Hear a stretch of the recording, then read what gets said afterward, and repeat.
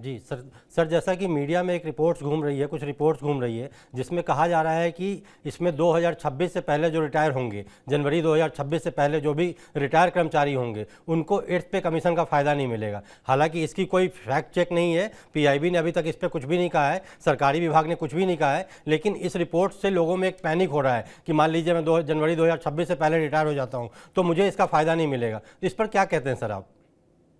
देखिए, ऐसे कुछ सवाल खड़े किए गए हैं कुछ क्वार्टर्स की जी। तरफ से, कुछ जगह से सवाल खड़े किए गए हैं कि रिटायरमेंट डेट को लेके क्या उसमें होगा, कैसे होगा, क्या नहीं जी। होगा। उसमें मैं सरकार से यही रिक्वेस्ट करूंगा आपके प्लेटफॉर्म से कि जल्द से जल्द एक सर्कुलर के थ्रू जी। क्लैरिफाई किया जाए, जी। सर्कुलर इशू किया जाए, ताकि क्लैरिफाई किया जाए, ताकि जितनी भी स्पेकुलेशन है उसको शांत किया जाए।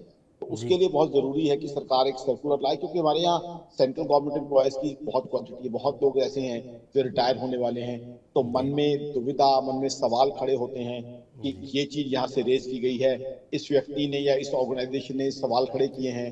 तो जी। ऐसे में मैं सरकार से सिफारिश करूंगा, ये सरकार जो है बहुत ज्यादा ट्रांसपेरेंसी में, क्लैरिटी में विश्वास करती है, जी। और ये सरकार तो ईज ऑफ डूइंग बिजनेस में भी विश्वास करती है, इसीलिए देश इतनी तरक्की कर रहा है। जी। इसीलिए देश जो है आज अमेरिका, चाइना, जर्मनी, जापान, इन चारों के मुकाबले भी हमारी जीडीपी ग्रोथ कहीं ज्यादा फास्ट है। जी। इसको लेके एक सर्कुलर इशू किया जाए, जिससे कि सारे जो डाउट्स हैं वो क्लियर हो जाए और स्पेसिफिक डेट्स का उसमें मेंशन जी। हो। ऐसी मेरी सरकार से रिक्वेस्ट रहेगी कि ऐसा सर्कुलर लाया जाए, ताकि सबको क्लैरिफाई किए जा सके उनके डाउट्स।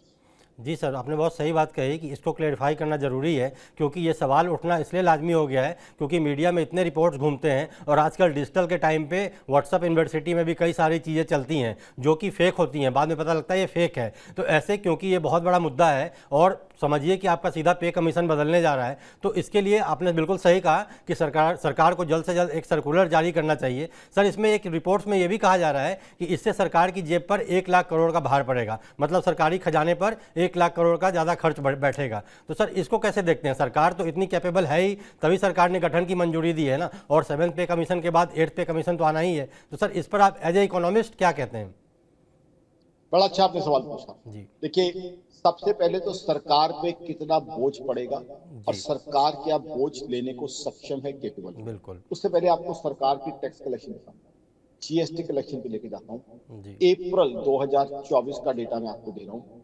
2,10,000 करोड़ की क्रॉस जीएसटी कलेक्शन। जी। अभी इस महीने का जीएसटी कलेक्शन का डेटा देता हूँ, 1 करोड़ 1.96 लाख करोड़ की जीएसटी। जी। तो सरकार की टैक्स कलेक्शन बढ़ रही है, सरकार की इनकम बढ़ रही है, जी। उसके अलावा ग्लोबल इन्वेस्टमेंट्स यहाँ बढ़ रही हैं। जी। डेफिसिट यानी सरकारी घाटे को हम कम करने की तरफ बढ़ रहे हैं, और सरकार की कमाई भी और बढ़ेगी। बिकॉज क्या हो रहा है, जिस जिस तरीके से इनकम बढ़ रही है कंट्री की, जी। इन्वेस्टमेंट आ रही है, तो उसके अंदर जीडीपी ग्रोथ का टारगेट भी हिंदुस्तान का बाकी इकोनॉमीज के मुकाबले में कहीं ज्यादा स्टीप है, कहीं ज्यादा तेज है। तो जी। ऐसे में जब सरकार की कमाई बढ़ रही है, सरकार डेफिसिट रिडक्शन की तरफ जा रही है, ऐसे में अगर सरकार के ऊपर एडिशनल लायबिलिटी आती है, जिस तरह की हमारी ग्रोथ की एक्सपेक्टेशन है, हम तो ये एक्सपेक्ट करके चल रहे हैं कि आने वाले समय में 7% पर एनम की जीडीपी ग्रोथ हम करेंगे। जी। और मोदी सरकार की पॉलिसीज भी ऐसी है कि बहुत ग्रोथ ओरिएंटेड है, प्रो ग्रोथ है। बिल्कुल। इन लोगों ने रशिया यूक्रेन वॉर के समय भी हिंदुस्तान को एक तेज ग्रोथ, एक फास्ट ग्रोइंग इकोनॉमी के रूप में रखा, जबकि ग्लोबल स्लो डाउन आ गया था।